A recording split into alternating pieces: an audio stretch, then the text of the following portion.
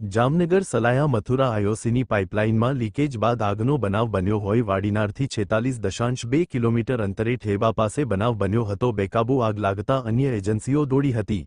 Fire વિભાગ, disaster management team, industrial safety, police, વહીવટી તંત્ર, અન્ય ખાનગી કંપનીઓ, એમ્બ્યુલન્સ સહિતની ટીમ પહોંચી હતી। બનાવ મોકડ્રીલ જાહેર કરતી તંત્રે રાહતનો શ્વાસ લીધો હતો।